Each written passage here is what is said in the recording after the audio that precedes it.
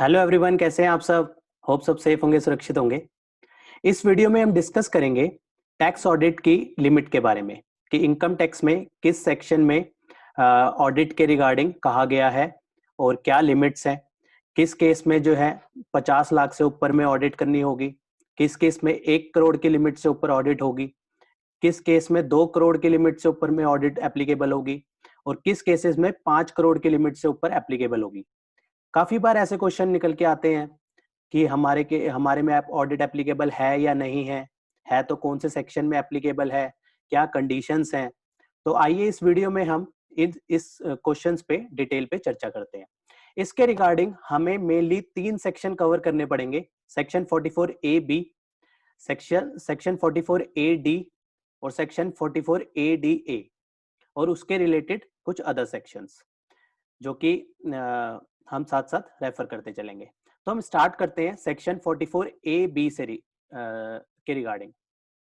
Income tax के section 44 A B में लिखा गया है audit of accounts of certain person carrying on the business और प्रोफेशन। कुछ पर्संस जो कि बिजनेस कर रहे हैं या फिर प्रोफेशन कर रहे हैं, उनकी ऑडिट मैंडेटरी होगी। तो 44 ए बी कहता है एवरी पर्सन, जिसमें 5 जो है क्लॉजेज हैं। तो अलग अलग क्लॉजेस, जिन पांचों सिचुएशंस में जो है ऑडिट मैंडेटरी है करनी। तो पहला कहता है carrying on the business shall if the total sale, turnover या gross receipt as the case may be in case of business exceeds 1 crore rupees in any previous year. यहाँ पे कहता है कि बिजनेस के केस में अगर सेल, टर्नओवर या ग्रॉस रिसीट जो है 1 करोड़ से एक्सीड कर रही है, तो ऐसे केस में जो है 44 ए बी के क्लॉज ए में जो है ऑडिट मैंडेटरी होगी। इसमें एक प्रोवाइडेड है, जो कि प्रोवाइडेड जो है नया इंसर्ट किया गया है, inserted by finance act 2020 with effect from 1 अप्रैल 2020। तो ये जो प्रोवाइडेड दैट इंसर्ट किया गया है, इसमें 2 सब क्लॉजेज हैं फर्दर, जिसमें सब क्लॉज ए कहता है aggregate of the all amount received including amount receive from the sale, turnover और gross receipt during the previous year in cash does not exceed 5% of the said amount. अगर sale, turnover और gross receipt जो कि cash में realise हुई है, अगर वो 5% से ऊपर ना हो और साथ में यहाँ पे एंड लिखा है, तो दोनों कंडीशन जो है सेटिस्फाई करना मैंडेटरी है। साथ में बी जो है बी पार्ट कहता है aggregate of all payment made including amount incurred for expenditure, जितनी भी पेमेंट करी हो इवन फॉर द एक्सपेंडिचर जो कि कैश में पे की हो during the previous year does not exceed 5%। अगर दोनों कंडीशन सेटिस्फाइड होती हैं, अमाउंट रिसीट की भी और अमाउंट पेड की भी, अगर दोनों कंडीशन सेटिस्फाइड है, उस केस में क्या होगा, जो 1 करोड़ की जो लिमिट है वो एक्सीड होके हो जाएगी 5 करोड़ लिमिट। तो इससे हमने 2 लिमिट तो कवर अप कर ली कि किस केसेस में 1 करोड़ की लिमिट है और किस केस में 5 करोड़ की लिमिट हो जाएगी। वही सेम जो अमाउंट है 1 करोड़ की लिमिट, वो 5 करोड़ की हो जाएगी अगर 2 कंडीशन हमारी सेटिस्फाइड हो जाती हैं कि जो अमाउंट रिसीव हुआ है वो जो है मैक्सिमम 5% अगर कैश में रिसीव हुआ है, साथ में जो अमाउंट पे किया है वो भी मैक्सिमम जो है 5% ही तक ही कैश में पे किया है। अगर दोनों कंडीशन सेटिस्फाइड है तो 1 करोड़ की जो लिमिट है वो एक्सीड हो जाएगी 5 करोड़ तक। अब इसके पार्ट बी में आते हैं जो कि प्रोफेशन की बात करता है। इस सेक्शन के जो 5 क्लॉजेज हैं, 3 जो है वो बिजनेस की बात करते हैं और जो 2 जो है वो प्रोफेशन की बात करते हैं। तो पार्ट बी जो है वो प्रोफेशन से रिलेटेड है, जहां पे कहता है carrying on the profession if the gross receipt in profession exceed 50 lakh rupees in any previous year. अगर रिसीट जो है प्रोफेशन के केस में 50 लाख से एक्सीड कर जाएगी तो भी उस केस में 44 ए बी में ऑडिट कराना मैंडेटरी हो जाएगा। अब हम आते हैं पार्ट सी में। पार्ट सी में कहता है कैरिंग ऑन द बिजनेस, ये भी बिजनेस से रिलेटेड है। यहाँ पे कहता है profit and gains of the business of profession are deemed to be profit and gain of such person. यहाँ पे डीमिंग प्रोविजन की बात करता है अंडर सेक्शन 44 ए ई। तो आइए देखते हैं 44 ए ई किससे रिलेटेड है। तो उसके रिगार्डिंग 44 ए ई की बात करें तो special provision for computing profit and gain of business of flying, hiring and leasing goods carriage.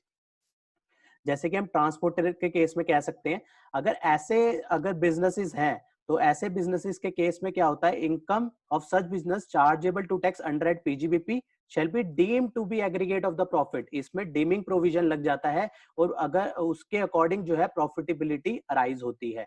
और उस केस में हम ये देखते हैं कि हैवी गुड्स व्हीकल है या other than heavy goods vehicle है। अगर हैवी गुड्स व्हीकल है तो उस केस में जो है प्रॉफिट एंड गेन्स मान लिए जाएंगे 1000 रुपीज पर ton of the goods vehicle weight. और अगर वो other than heavy goods vehicle है तो उस केस में मान लिया जाएगा 7500 रुपीज फॉर एवरी मंथ और पार्ट देयर ऑफ। इस तरीके से जो है इसमें प्रॉफिटेबिलिटी डीमिंग प्रोविजन लग जाता है। और इसी में 44, अब हम दोबारा आते हैं सेक्शन 44 ए बी में, जिसमें वो पहला डीमिंग प्रोविजन लगाता है 44 ए के ऊपर और कहता है कि अगर इससे जो इसमें जो डीमिंग प्रोविजन है, इस डीमिंग प्रोविजन से भी कम एसएससी कहता है मेरा प्रॉफिट है, तो ऐसे केस में पॉइंट नंबर सी में जो है उसको ऑडिट कराना पड़ेगा। अगर यहाँ पे लिखा है lower than the profit so deem to be profit and gains of the business of profession, अगर कहता है सेक्शन 44 ए ई या फिर सेक्शन 44 डबल बी या फिर सेक्शन 44 ट्रिपल बी, अगर तीनों सेक्शन में जो लिमिट्स, जो डीमिंग प्रोविजंस की लिमिट दे रखी है उससे भी कम प्रॉफिट कहता है एसएससी मेरा प्रॉफिट जो है इस लिमिट से भी कम है, तो ऐसे केसेस में उसको जो सी पार्ट में ऑडिट कराना मैंडेटरी हो जाएगा। तो 44 ए ई हमने देखा जो कि business of the leasing hiring वाला है, transport business. 44 A B double B जो बात करता है वो बात करता है special provision for computing profit and gains in connection with business of exploration of mineral oil. यहाँ पे जो बिजनेस है वो है एक्सप्लोरेशन ऑफ मिनरल ऑयल का, तो यहाँ पे भी प्रोविजन डीमिंग प्रोविजन लगता है और 10% ऑफ द एग्रीगेट अमाउंट कुछ को जो है प्रॉफिट मान लिया जाता है, डीम्ड प्रॉफिट मान लिया जाता है। अगर एसएससी कहता है कि मेरा प्रॉफिट 10% से भी कम है तो उस केस में उसको मैंडेटरी ऑडिट हो जाएगी 44 ए बी की। और तीसरा जो सेक्शन था 44 ए बी में हमने देखा था सेक्शन 44 ट्रिपल बी। तो सेक्शन 44 ट्रिपल बी जो बात करता है वो बात करता है special provision for computing profit and gain of foreign company. यहाँ पे जो बात करता है वो फॉरेन कंपनी से रिलेटेड बात करता है जो कि बिजनेस में है सिविल कंस्ट्रक्शन के इन case of Turkey power projects. जो उसका बिजनेस है वो टर्की पावर प्रोजेक्ट्स का है, तो इसमें भी सेम लिमिट है 10% ऑफ द अमाउंट पेड। इस केस में भी जो प्रॉफिट डीमिंग प्रोविजन है वो 10% का ही है, दोनों केस में जो लिमिट्स है 10% की है। एसएससी कहता है 10% से कम है तो उस केसेस में भी उसको ऑडिट कराना पड़ेगा। और 44 ए ई में जो लिमिट है जो हमने अभी देखा हैवी गुड्स व्हीकल और other than heavy goods vehicle, उसके जो प्रॉफिटेबिलिटी निकलती है उससे भी कम प्रॉफिट अगर एसएससी चैलेंज करता है तो उसको ऑडिट कराना पड़ेगा। अब हम बात करते हैं पॉइंट नंबर डी की, जिसमें वो ये भी प्रोफेशन से रिलेटेड है। प्रोफेशन से दो रिलेटेड है, क्लॉज नंबर बी और क्लॉज नंबर डी। अब क्लॉज नंबर डी कहता है carrying on the profession if the profit and gains from the profession are deemed to be profit and gains under section 44 ADA। अभी हम section 44 ADA हम देखेंगे कि section 44 ADA में क्या कहता है। इसमें पार्ट डी में बेसिकली क्या कहा गया है, इसमें हम देखेंगे 44 ADA में लिमिट है कि 50% से ऊपर जो है डीम्ड प्रॉफिट, जैसे अभी हमने पिछले सेक्शंस में देखे उसमें लिमिट्स थी 44 डबल बी में लिमिट थी 10% की, 44 ट्रिपल बी में लिमिट थी 10% की। ऐसे ही the part 44 A D A में जो है प्रोफेशन से रिलेटेड जो सेक्शन है उसमें लिमिट 50% की है, 50% से ऊपर का डीमिंग जो है प्रॉफिट दिखाना होता है। अगर एसएससी कहता है कि मेरा प्रॉफिट जो है 50% से कम है प्रोफेशन के केस में, तो वहां पे भी जो है पॉइंट नंबर डी में उसकी ऑडिट मैंडेटरी हो जाती है। अब हम बात करते हैं पॉइंट नंबर ई की। अब पॉइंट नंबर ई भी बिजनेस से रिलेटेड है, सेम प्रोविजन जैसे हमने डी में देखा प्रोफेशन से रिलेटेड, सेम पॉइंट नंबर ई में है जहां पे 44 ए डी जो अभी हम आगे सेक्शन रेफर करेंगे जिसमें 6% और 8% जो है डीम प्रॉफिट मान लिया जाता है। वहां पे अगर एसएससी चैलेंज करता है कि मेरा प्रॉफिट जो है 6% और 8% से कम है तो उस केस में भी ऑडिट मैंडेटरी हो जाएगा पॉइंट नंबर ई में। तो ये 5 केसेस हैं और इनकी लिमिट्स हैं जो कि 1 करोड़ की लिमिट हो सकती है और अमेंडमेंट के थ्रू जो 1 करोड़ से बढ़ा के 5 करोड़ कर दी गई है। तो ये दो लिमिट्स हम कवर कर चुके हैं सेक्शन 44 ए बी में। अब हम फर्दर देखते हैं 44 ए डी में क्या कहा गया है। Special provision for computing profit and gains of business on presumptive basis. ये बात करता है प्रिजम्पटिव बेसिस की।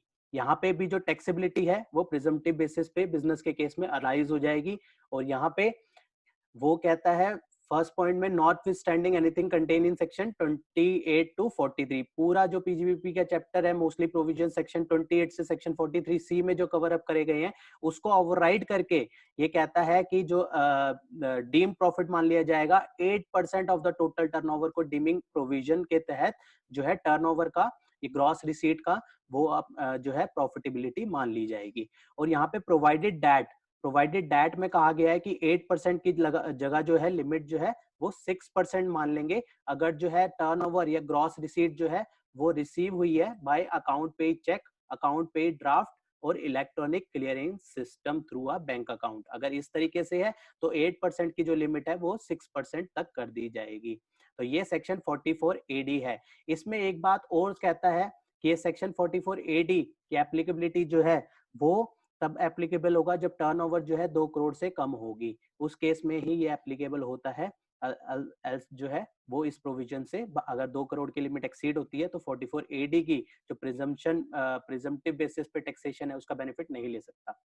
अब हम बात करते हैं फर्दर सेक्शन 44 ADA की, जो कि special provision for computing on presumptive basis. यहाँ पे सेम जैसे 44 AD का AD में कहा गया है, सेम प्रॉफिट जो है सेक्शन 44 ADA में भी कहा गया है। वहां पे जो बात करी गई है ये बिजनेस से रिलेटेड, यहाँ पे जो है स्पेसिफाइड प्रोफेशंस हैं उसके रिगार्डिंग जो है लिमिट लगाई गई है। यहाँ पे लिमिट जो है वो 50% की है। यहाँ पे भी डीमिंग प्रोविजन जो है 50% ऑफ द ग्रॉस रिसीट है, जो है टर्नओवर का या ग्रॉस रिसीट का जो है 50% जो है से ऊपर प्रॉफिट होना चाहिए। और जो है मैक्सिमम जो टर्नओवर है वो 50 लाख रुपीस तक होगी। तो हम जो है 44 ADA में जो है प्रिजम्पटिव बेसिस पे जो है अपनी प्रॉफिटेबिलिटी दिखा सकते हैं। तो ये जो है मेनली इसमें 50 लाख की लिमिट है इस सेक्शन में। अगर 44 ADA के केस में, 44 ADA के प्रोफेशन के केस में अगर लिमिट क्रॉस हो जाती है तो वहां पे भी ऑडिट मैंडेटरी है, राइट। और अगर हम 44 AD की बात करें तो वहां पे 2 करोड़ की लिमिट है, 2 करोड़ से क्रॉस हो जाती है तो हम जो है 44 AD का बेनिफिट नहीं ले सकते। तो उस केस में अगर हमारे पास 44 AB का प्रोवाइजो जो नया आया है जो 1 करोड़ से 5 करोड़ एक्सीड करता है तो वहां पे हमारे पास अगर वो एप्लीकेबल नहीं है, अगर जैसे कैश की रिसीट या पेमेंट जो है 5% से ऊपर है तो हमारे लिए लिमिट 1 करोड़ की ही एग्जिस्ट रहेगी, तो वहां पे हमारी ऑडिट भी मैंडेटरी हो जाएगी। तो इस तरीके से जो है हमारी लिमिट जो है किसी केस में 50 लाख की है प्रोफेशन के केस में। और अगर हम बिजनेस की बात करें तो वहां पे लिमिट जो है 1 करोड़ की भी हो सकती है 44 AB के पहले क्लॉज में। और अगर हम 44 AD में आए तो 2 करोड़ की लिमिट भी है। और अगर हम 44 AB के प्रोवाइजो में फॉल कर जाते हैं, ए पार्ट के प्रोवाइजो में, तो हमारी जो है लिमिट 1 करोड़ से बढ़ के 5 करोड़ भी हो सकती है। तो इस तरीके से है डिफरेंट सिचुएशंस पे डिफरेंट लिमिट्स एप्लीकेबल होती है टैक्स ऑडिट के लिए। इसके बाद हम बात करते हैं, अब हमने देखा कि किन किन केसेस में ऑडिट मैंडेटरी है, बट अगर इन अ केस अगर ऑडिट नहीं कराता एसएससी तो उस केस में क्या कॉन्सिक्वेंसेस है वो भी हम रेफर करते हैं। तो उस केस में जो है सेक्शन 271B की जो है पेनल्टी लग जाती है, जो कि बात करता है failure of getting accounts audited. अगर ऑडिट ना कराएं तो उस केस में क्या होता है, if a person fails to get his account audited in respect of previous year और year relevant to the assessment year, furnishing a report under section 44 AB जो अभी हमने रेफर किया, अगर उसमें ऑडिट नहीं कराता तो उस केस में क्या होगा, such person shall pay by way of penalty, उसको पेनल्टी देनी पड़ेगी कितनी, 0.5% of the total sales turnover और ग्रॉस रिसीट जो है उसको पेनल्टी लगेगी 0.5% ऑफ द सेल्स टर्नओवर और ग्रॉस रिसीट। और यहाँ पे कहा गया है और 150,000 रुपीज, मतलब 1,50,000 rupees which ever is less, उसको 271B के तहत जो है पेनल्टी लग सकती है कितनी, 0.5% of the gross sales turnover या ग्रॉस रिसीट, या फिर 1.5 lakh whichever is less. मतलब इस केस में जो है असेसिंग ऑफिसर जो है 1.5 लाख तक की पेनल्टी लगा सकता है अगर ऑडिट का डिफॉल्ट होता है। तो ये हमें ऑडिट की जो लिमिट्स हैं वो जरूर पता होनी चाहिए, और ताकि इसका डिफॉल्ट ना हो और किसी भी कारण जो है हमें सेक्शन 271B की पेनल्टी ना लगे। होप ये इन्फॉर्मेशन आपको यूजफुल लगी होगी। मिलते हैं फिर नेक्स्ट वीडियो में नेक्स्ट टॉपिक के साथ। टिल देन बाय बाय, जय हिंद, जय भारत।